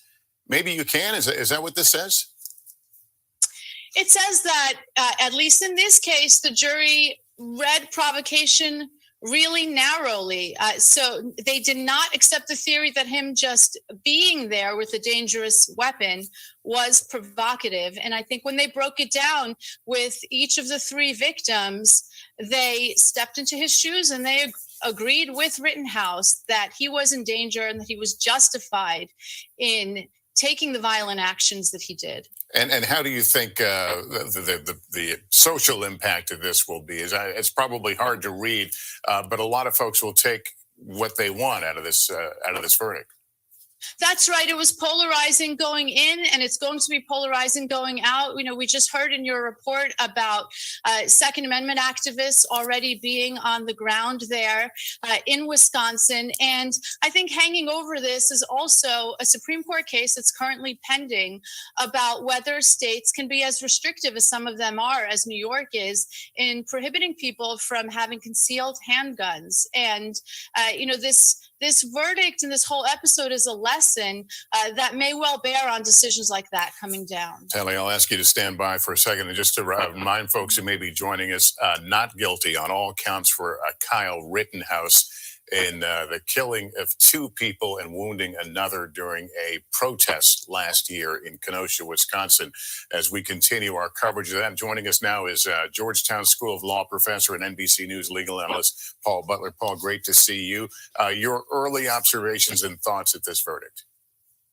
The not guilty verdict means that the jurors believed Mr. Rittenhouse's use of force was justified. They found that he reasonably believed that each of the three people he shot posed a deadly threat. And it also means that the jurors found that Mr. Rittenhouse was not the aggressor. He didn't provoke any of this, and in the eyes of the law is now a victim. Lester, I think Mr. Rittenhouse probably won this case by taking the stand. He had a constitutional right not to testify, but when the defense is self-defense, jurors want to hear a story. Mr. Rittenhouse's narrative was that the first person he killed followed him and tried to grab his gun. The second attacked him with a skateboard. And the third person he shot pointed a gun at him. The jury looked at the video, the testimony, and apparently it found reasonable doubt. That's the standard for a not guilty verdict. The prosecution lost on some points, things it wanted to do, things it wanted to say. Do you think any of those really came into play ultimately? You know, there were concerns throughout the trial that the judge tipped the scales in front in favor of Mr. Rittenhouse, including by excluding some evidence that the prosecutors thought was really probative. They had video of Mr. Rittenhouse beating up a teenage girl, another video of him looking at people he thought were stealing from a CVS drugstore and saying, man, I wish I had my gun. That might have made a difference to a jury, but the judge thought that it was inadmissible. Based on the verdict, concerns about the judge and the prosecution will go away. When a defendant is found not guilty, the verdict is final. The prosecution cannot appeal. So those concerns will go away in a legal forum. I think that there are some people who will not have confidence in this verdict, Lester, based on those concerns about the prosecution and the judge. There was video of these confrontations, but also ultimately, is the jury not simply asked to go inside the mind of the individual, what they thought, what they perceived as a threat? So the jury has to do two things. One, it has to find that Mr. Rittenhouse himself actually believed that he faced a deadly threat from each of the three people who he assailed. And second, that that belief was reasonable, that another reasonable person would have had the same concern. And so in accepting Mr. Rittenhouse's self-defense, the jury was either persuaded by him, or maybe they thought the evidence probably favored the prosecution, but probably is not good enough if it's a criminal case. The standard of proof beyond a reasonable doubt means that the jury has to be around 95% certain. Okay, so that was from NBC News. That is, hold on, I'll give you the name of the clip. That was Georgetown law professor Paul Butler, former federal prosecutor, and hold on, where did I put that?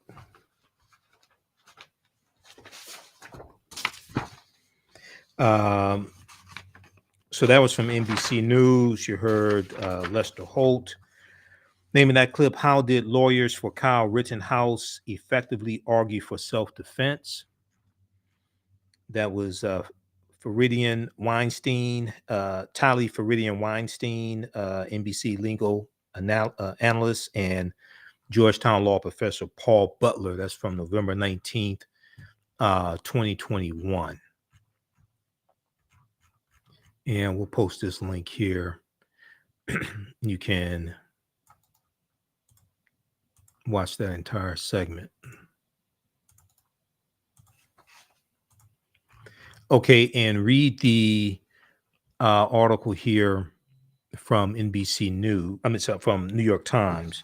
From New York Times, when it comes to self-defense, the prosecution has a heavier burden.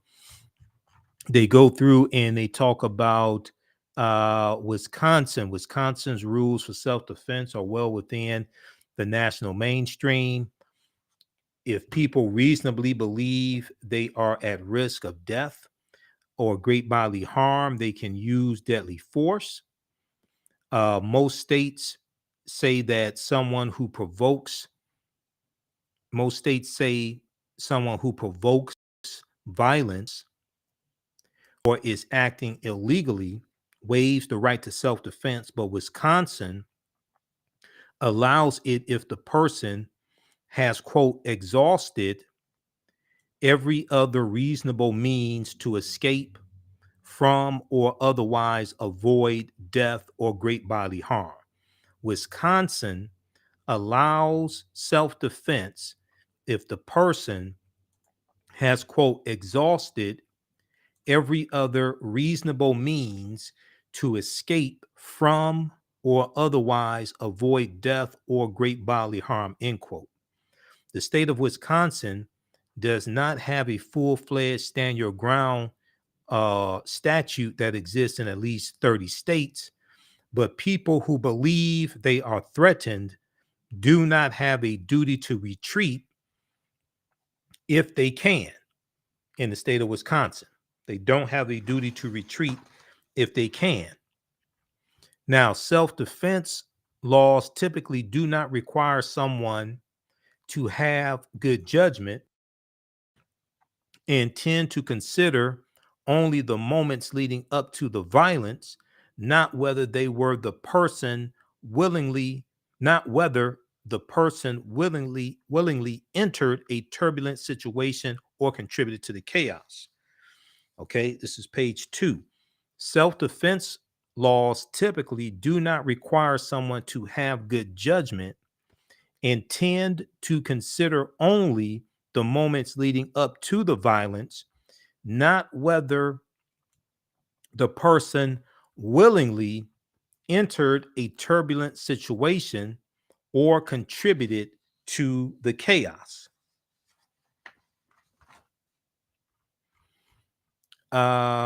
Samuel Buell, a former federal prosecutor who teaches at Duke University School of Law, speaking about Kyle Rittenhouse, said, "Do you look at the choice to go to a heated confrontational area with a weapon that would be scary to a lot of people? Do you look at the choice to go to a heated confrontational area with a weapon that would be scary to a lot of people?"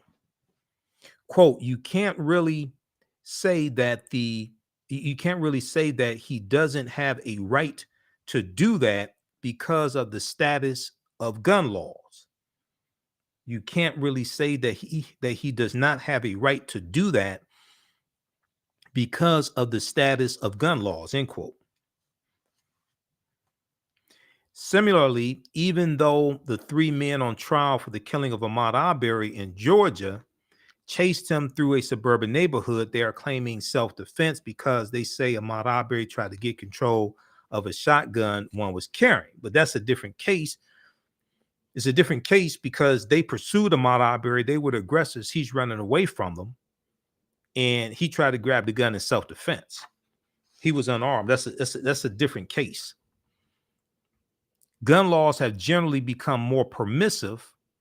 Open carry is now legal to one degree or another in almost every state. Let's see. Okay. The reasonable, we drop down here, page 2, a little more than halfway down. The reasonable fear standard for self-defense has given rise to concerns that it is affected by the same racial bias that permeates the justice system. The reasonable fear standard for self-defense has given rise to concerns that it is affected by the same racial bias that permeates the justice system. A mountain of social science research shows that African American men in particular, are more likely to be seen as threatening. The message that this case sends is to shoot first and ask questions later, said Cami Chavis, the director of the criminal justice program at Wake Forest Law. She added, if we change the race, the age, the victims, if we change some of the dynamics, we very well could have a different result. All right, now page 3. During the unrest, Kyle Rittenhouse was pursued by a man, Joseph Rosenbaum, who Rittenhouse said he feared would wrest control of his gun. Rittenhouse shot and killed him. That, according to evidence presented at the trial, caused members of the crowd to perceive Kyle Rittenhouse as a dangerous aggressor. Okay. One witness called him an active shooter, or thought he was an active shooter. One man, Anthony Hubbard, used a skateboard as a weapon against Kyle Rittenhouse. This is after Kyle Rittenhouse shot Joseph Rosenbaum. Rittenhouse shot and killed Anthony Hubbard before facing off with a third man, Gage Groscrews, who had pulled out a handgun, because there were a lot of people there that night who were legally carrying guns. Kyle Rittenhouse wounded him in the arm. Groscrews, who testified. Even assuming that everyone involved had the best intentions, it would be difficult to tell aggressors from defenders. Even assuming that everyone involved had the best intentions, it would be difficult to tell aggressors from defenders. A police officer testified that so many armed people were roaming the area that when Kyle Rittenhouse approached with his hands up, he made no connection to the shootings that had occurred. Because when you research this case, it's like a lot of people out there that night had guns.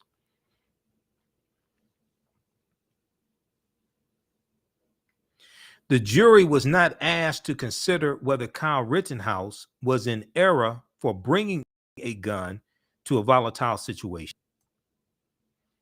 The jury was not asked to consider whether Kyle Rittenhouse was in error for bringing a gun to a volatile situation. The only gun charge against Rittenhouse, possession of a dangerous weapon by a person under 18, was dismissed at the 11th hour. The judge agreed with the defense argument that the law made exception for long guns, a common provision that allows teenagers to hunt. The law was written at a time when military-style assault rifles were not widely available.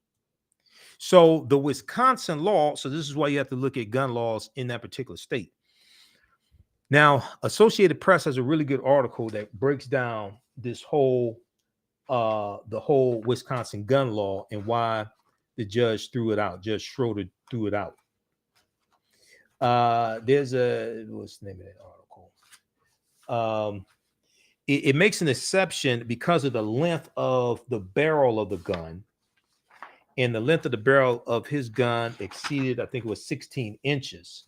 So someone 16 or older could have a gun if the barrel exceeded a certain number of inches. It was a long gun.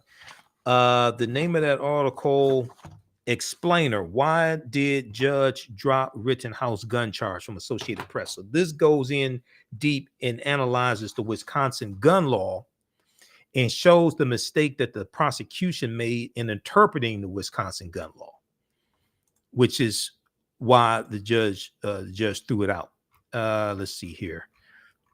Let's pull this up quickly here.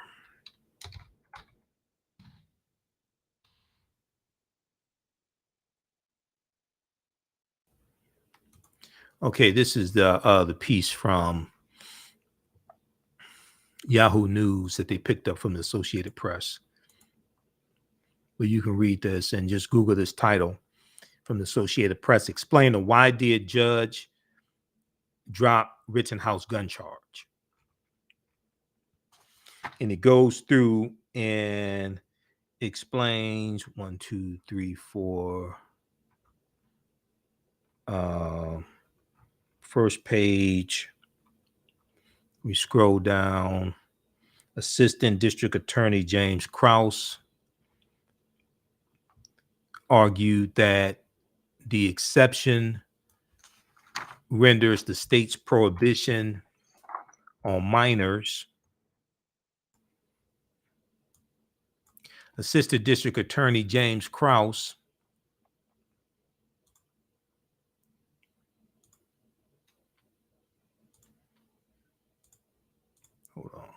Assistant District Attorney James Krause argued that the exception renders the state's prohibition on minors possessing dangerous weapons meaningless. But when he acknowledged that Kyle Rittenhouse's rifle barrel was longer than 16 inches, the minimum barrel length allowed under Wisconsin state law, Judge Schroeder dismissed the charge. Because you have to look at the way the gun law was written, and it was okay, hold on. We had the actual wording of the law. The Kenosha-based defense attorney Michael Cecchini the statute clearly requires, to Kenosha-based defense attorney Michael Ciccini, the statute clearly requires a weapon to be short-barreled to apply, and the judge made the right call. Okay, the current wording of the overarching law seems clear.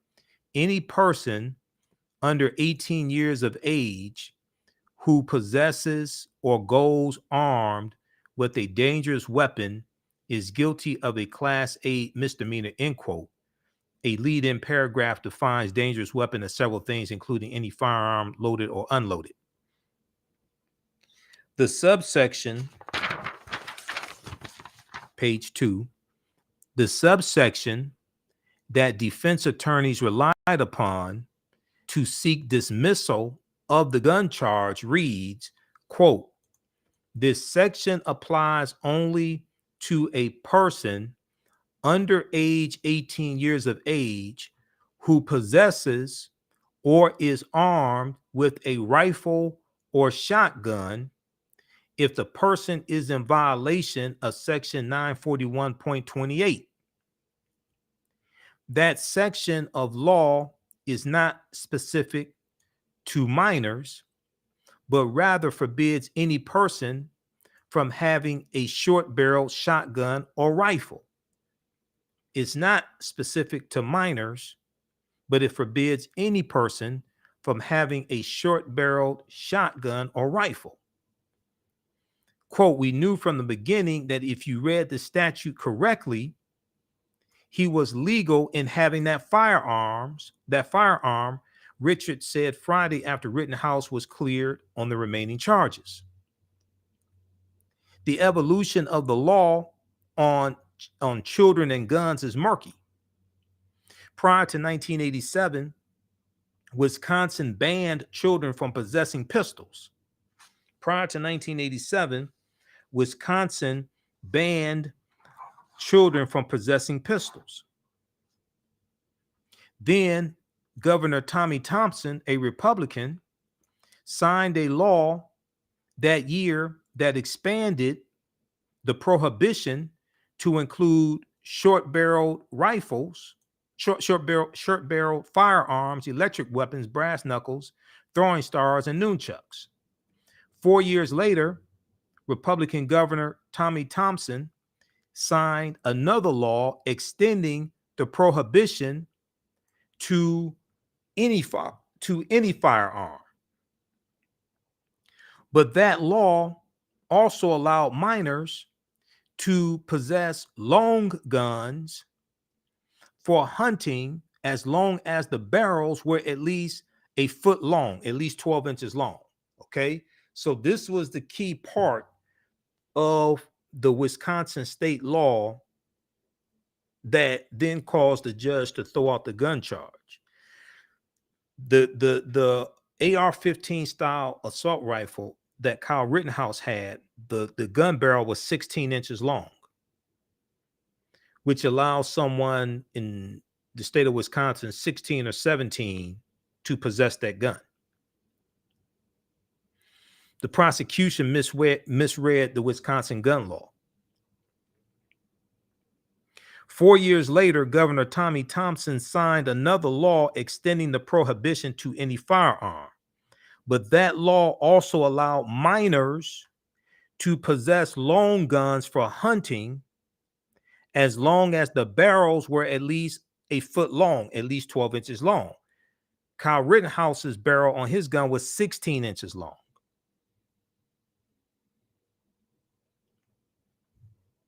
Legislative records show the statutory language went through multiple revisions until at least 2011. The wording is hardly straightforward. Judge Schroeder himself said he was confused about it when Attorney Richards first asked him to toss the possession charge out earlier this year. So a lot of legal analysis have been saying that Wisconsin has to have more clearly defined gun laws because the gun laws in Wisconsin are convoluted and very complicated to understand. Okay, read the rest of this here because we're out of time. I'm out of time to get through the rest of this. Read the rest of this here. Explainer, why did judge drop Rittenhouse gun charge? November 15, 2021, Associated Press, Yahoo News picked up this story. Okay.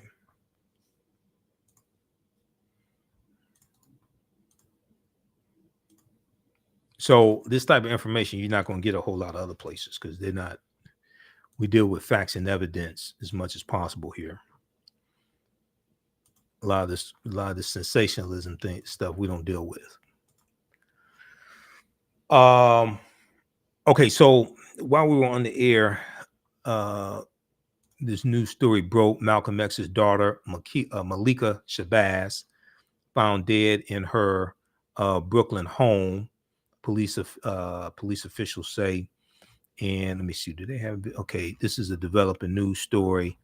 We don't have a lot on this. Now this is from NBC News Channel 4 in New York. We already shared the story from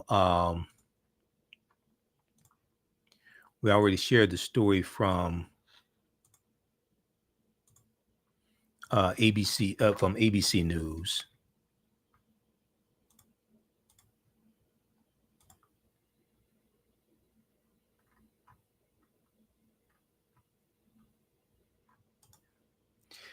She was 56 years old and found dead in her apartment by her daughter. What the hell? Come on. Okay, just a second here.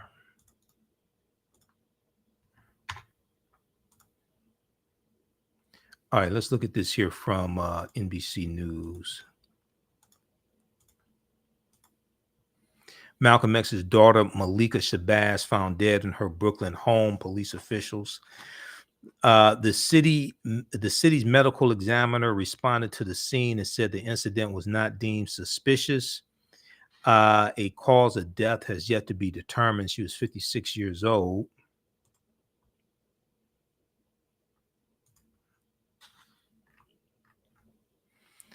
Okay. So Malika Shabazz, the daughter of human rights activist Malcolm X, was found dead inside her Brooklyn home Monday evening, November 22nd, according to two senior police officials. The 56-year-old Shabazz was found unconscious and unresponsive inside her home on East 28th Street in Midwood just before 4:30 p.m. The police officials told NBC New York she was later pronounced dead. The city's medical examiner responded to the scene and said the incident was not deemed suspicious. A cause of death has yet to be determined. Okay, so we'll talk more about this on tomorrow's show. More sad news for the family. And we know this is on the heels of the two men, and we talked about this on Sunday's show, two men, Muhammad Aziz and Khalil Islam, who were convicted back in 1966, wrongfully convicted of the assassination of Malcolm X. They were cleared in a courtroom. They were exonerated in a courtroom Thursday, November 18th, 2021. The case was reopened because of the documentary Who Killed Malcolm X that came out in February 2021, and Cyrus R. Vance Jr.'s district attorney there in Manhattan, reopened the case and found and him reopening the case really exposed a cover-up by the FBI and the New York City Police Department to withhold evidence that would have exonerated these two men. So we talked about that on extensively on yesterday's show, on Sunday's show.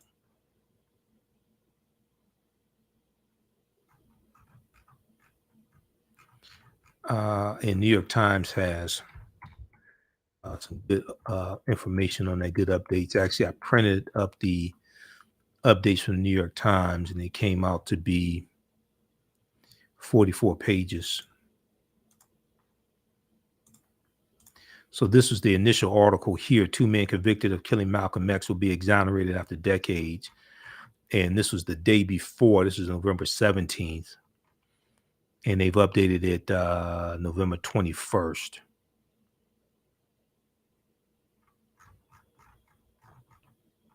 And then they have these updates here.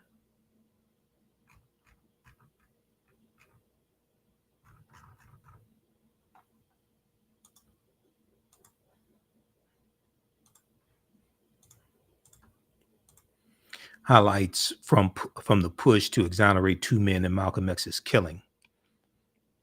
November 18th, 2021.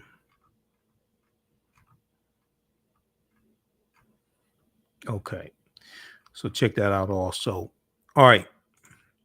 Hey, if you like this type of information, you can support the African History Network, $ the AHN Show through Cash App, $ the AHN Show through Cash App, and also through PayPal, paypal.me/the AHN Show. We're here 6 days a week. This helps us keep doing the research, stay on the air, keep broadcasting. We also have the information at our website, AfricanHistoryNetwork.com. African American business owners, post the name of your business here on the thread of the broadcast. Email us at ahnshow@AfricanHistoryNetwork.com. We'll let you know how you can advertise with us. This is our official Cash App account, $ the AHN Show through Cash App, $ the AHN Show through Cash App. When you go to it, it will show it. It says Michael and shows my picture there. These other ones here are fake African History Network Cash App accounts.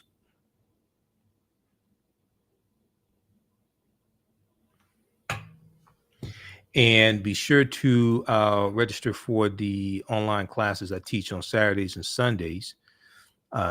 These 10-week online courses from the Civil War to the Civil Rights Movement and Black Power, 1865 to 1968. We do that on Saturdays, 12 noon to 2 p.m. Eastern Standard Time. And then also Ancient Kemet, the Moors, and the Ma'afa, Understanding the Transatlantic Slave Trade, what they didn't teach you in school. We teach that on Sundays, 12 noon to 2 p.m. Eastern Standard Time. We do the sessions live. All the sessions are archived and recorded. You can go back and watch it any time. You still have access to the full class, even after the 10-week online course is over with. So the classes are on sale right now.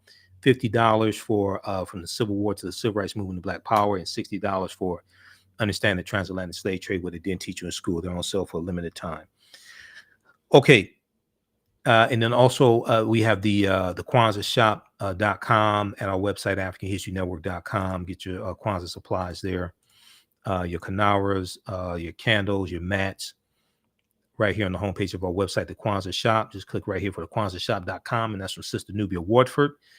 And she has a promotion. Get $10 off your orders placed before November 28th. Okay, visit the KwanzaaShop.com. All right, we have to get out of here. Remember, right now is correct. Wrong behavior is not over till we win. Wakanda forever. And we'll talk to you tomorrow. Peace. Kwanzaa is coming, and the KwanzaaShop.com has all of your Kwanzaa needs. Order your Kwanzaa set today, which includes a Kanara, candles, a mat, a cup, the African American flag, and a basket. Visit the KwanzaaShop.com, the KwanzaaShop.com. They have Kanara sets, which include a candle holder, candles, a mat, and a cup. Kwanzaa is December 26th through January the 1st. Add the early bird discount code for 10% off your order placed before November 28th. Visit the KwanzaaShop.com and place your order today. The KwanzaaShop.com has all of your Kwanzaa needs to celebrate this African American Pan-African holiday. The KwanzaaShop.com.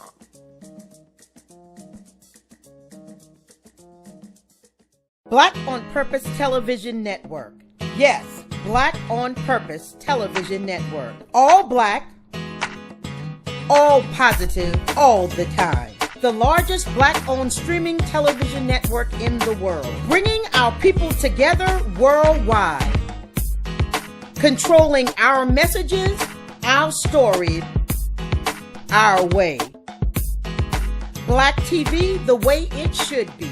Black music, Black history, and more. 30 plus channels, thousands of shows. Black on Purpose Television Network,